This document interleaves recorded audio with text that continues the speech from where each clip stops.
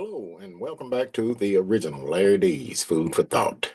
Today we will be, of course, reading out of that old King James Bible.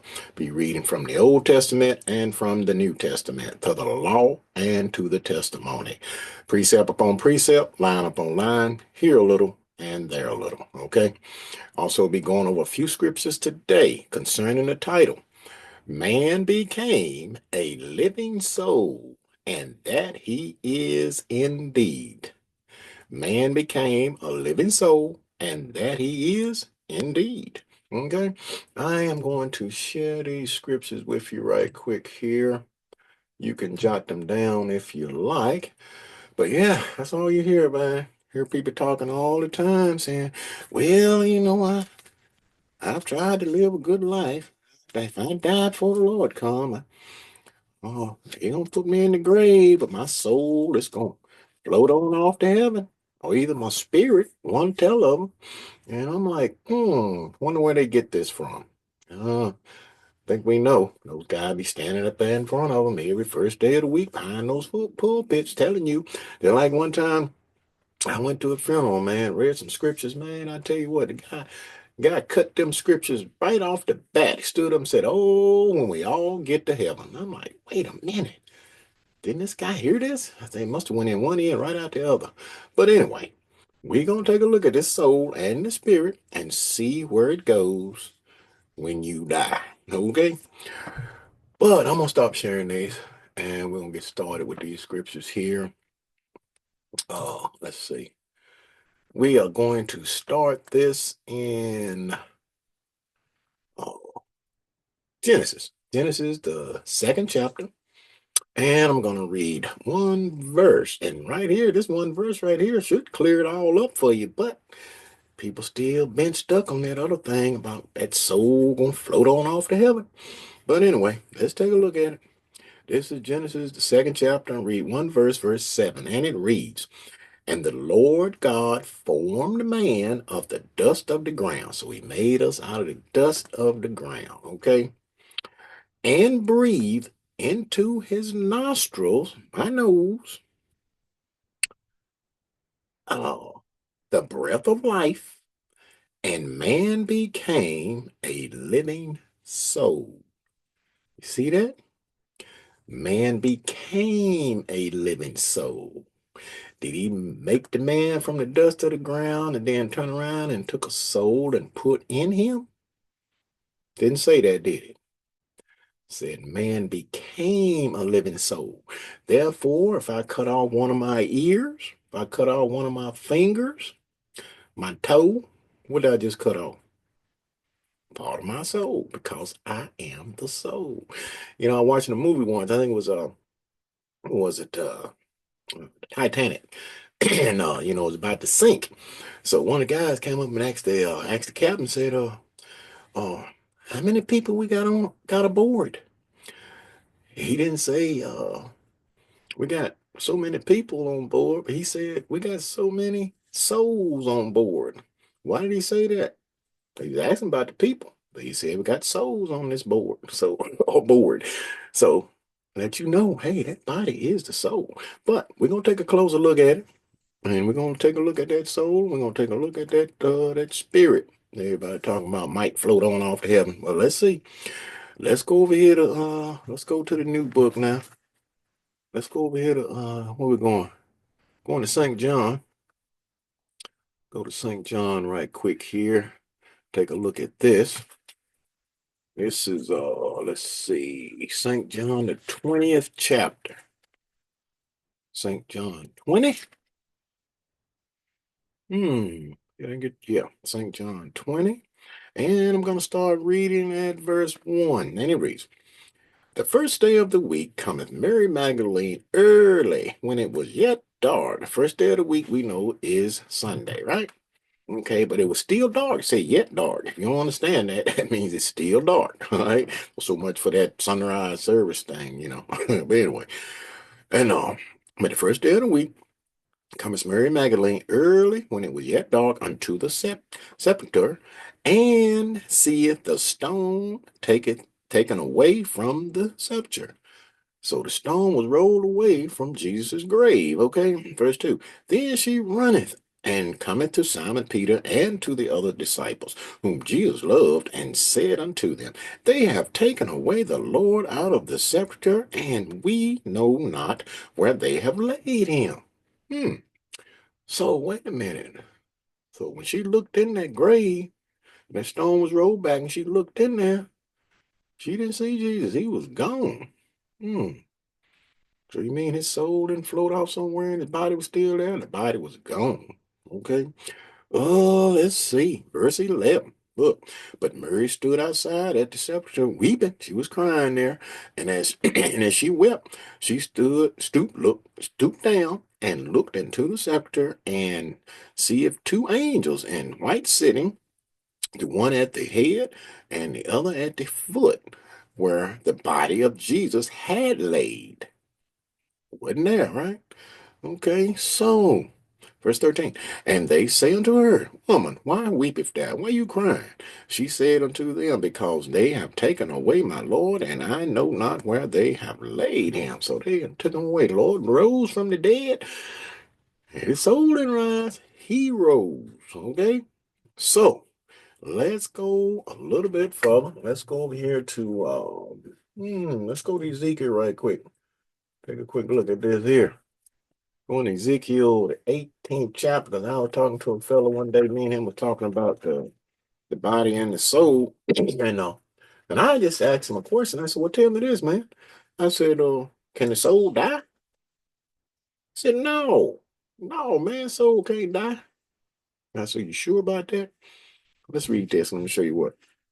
Look at this. This is Ezekiel 18, and I'm gonna start reading at verse 4. And it reads, and this is Jesus speaking through the mouth of Ezekiel right here. This is very Ezekiel 18, verse 4, and it reads, Behold, all souls are mine, as the soul of the Father, so also the soul of the Son is mine. Okay? The soul that sinneth, that soul that committeth sin, it shall die. See that? So the soul can die. Why? Because the soul is the body. Body is the soul. Okay? They are one. Verse 20. The soul that sinneth, it shall die. Said it again. Look, the Son shall not bear the iniquity of the Father, neither shall the Father bear the iniquity of the Son. The righteousness of the righteous shall be upon him, and the wickedness of the wicked shall be upon him. Okay? But can the soul die? Yes, it can. Why? Because when the body died, the soul is the body, and they both are one. All right. Now let's go take a closer look at this right here. Let's go back to Genesis right quick. And I want to show you this here. Going to Genesis, the third chapter. And let's see. Genesis 3, and I'm going to start reading at verse 17. Now, right here, when Adam and Eve had sinned in the garden, they sinned against God, and he had put sentence on them. And let's take a look at this. This is Genesis 3 and 17, and it reads, And unto Adam he said, the Lord said to Adam, Look, and unto Adam he said, Because thou hast hearkened unto the voice of thy wife, and hast eaten of the tree of which I commanded thee, saying, Thou shalt not eat of it. Cursed is the ground for thy sake, and sorrow shalt thou eat of it all the days of thy life. Verse 18. Thorns also and thistles shall it bring forth to thee, and thou shalt eat the herb of the field. In the sweat of thy face shalt thou eat bread till thou return unto the ground. For out of it was thou taken, for dust thou art, and unto dust shalt thou return. So, you die, what they do? Put you in that coffin. They dig a hole 6 feet deep. They put you down in there, and what happened if you lay down long enough? You're gonna go right on, turn right on back to the dust, just like the Lord said. Okay, and you see it yourself. So hey, who can refute that, right? But let's see now. Let's let's go to Psalms right quick. I want to show you this right here. On the Psalms. Let's see here. On the Psalms, 104, I thought I had put 33 in there. I don't know why I left that out. By the word of the Lord. Hmm.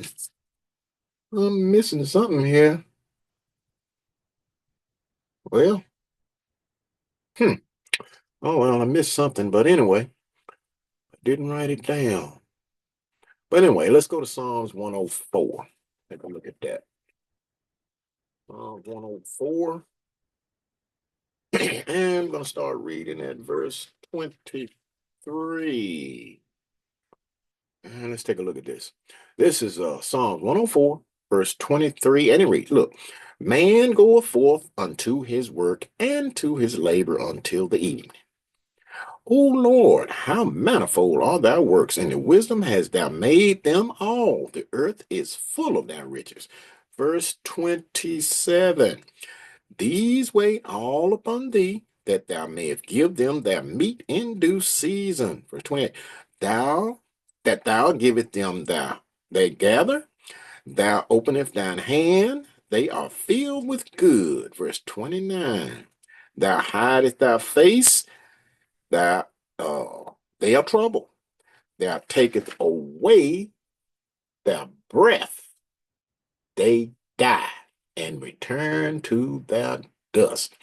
So, Lord, take away that breath, you die, and you're going to be put in the grave, and you're going to turn right back to the dust of the ground. Okay?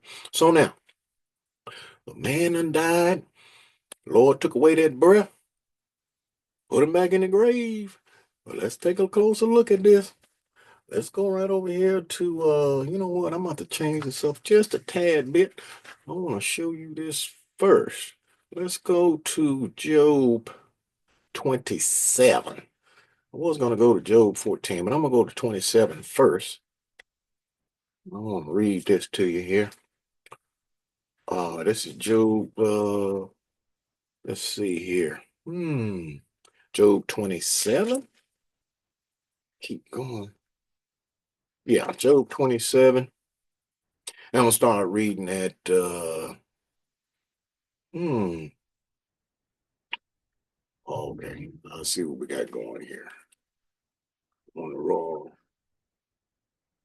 Well, yeah, this is Job 27. Job 27, let's start reading at verse 1. Now, play close attention to this one, okay? This is Job 27 and 1, and it reads, moreover, Job continued his parable and said, as God liveth, who has taken away my judgment, and the Almighty who has vexed my soul. Listen, verse 3, all the while my breath is in me, and the Spirit of God is in my nostrils. You got a spirit in your nose? My lips shall not speak wickedness, nor my tongue utter deceit. Ain't that something? But you got, oh, the Spirit of God is in his nostrils. What did the Lord breathe into Adam's nostrils when he formed him from the dust of the ground? He breathed into his nostrils the breath of life. Man became a living soul. Okay. So that spirit that you say floats off to heaven. Let's say right here, that spirit, because see, the spirit comes in many forms. In this case right here, the spirit is the breath of life that the Lord breathed into that man to make him mobile. Okay, and he take away his breath. What did he say? He died. Didn't we read that? Plain and simple, isn't it? Now let me go over here to Job 14 right quick. I'm gonna read this here right quick. This is Job 14. Start reading at verse 1, and it reads, man that is born of a woman is a few days and full of trouble. He cometh forth like a flower and is cut down. He fleeth away as a shadow and continueth not. All right. Verse 10. But man died and wasted away. Yeah, man, give it up to ghosts. And where is he? We know where he's at. When he died, he go in that ground, right? Okay, verse 12. So man lies down and rises not till the heavens be no more, that they shall not awake nor be raised out of their sleep. Verse 13. Oh, that thou wouldst hide me in the grave, Job said, hide me in the grave. He didn't say hide his soul. He said to hide me. And we know the body is the soul, right? He said, hide him in the grave, that thou wouldest keep me secret until thy wrath be past, that thou wouldest appoint me a set time and remember me. So he gonna wait in that grave till the Lord call him. Let's see. If a man die, shall he live again? All the days of my appointed time will I wait till my change come. He gonna wait right there in that grave until the Lord raise him up. Because he said right here, look, verse 15, thou shalt call.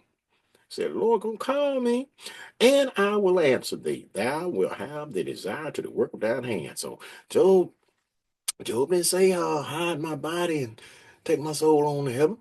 He said, no, hide me.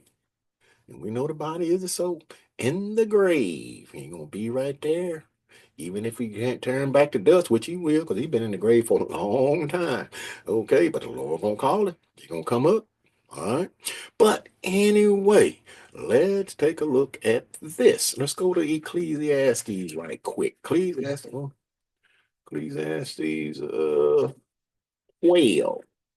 I want to read one verse right here, verse 7. And it reads, listen. Then shall the dust return to the earth as it was. It was brought out of that dust and going back to the dust. Listen, and the spirit shall return unto God who gave it. Oh, well, do you see that? That spirit gonna return to God. God gonna take that spirit to heaven. Didn't say that. Look, he said, and and the spirit shall return unto God who gave it. What did the Lord give man when he made him mobile? He breathed into his nostrils the breath of life, and the man became a living soul. And Job said, "Hey, as long as that spirit of God is in my nostrils, it's the breath of life. Lord, take it away. Hey, you die. All right. So they ain't going nowhere. Just come out of that nostrils. Your breath is gone, and it's over with. Okay." But let's look at this. Let's go. I knew I had something on Job right there that I hadn't missed it. I just had it a little bit further down. This is Job 33. Yeah, Job 33. I want to read one verse over here right quick. Verse 4. And it reads, look, the Spirit of God has made me, and the breath of the Almighty has given me life. See that? Lord breathed the breath of that spirit, which was the breath of life in his nostrils, and he made him. And the breath of the Almighty has given me life. Breath of life.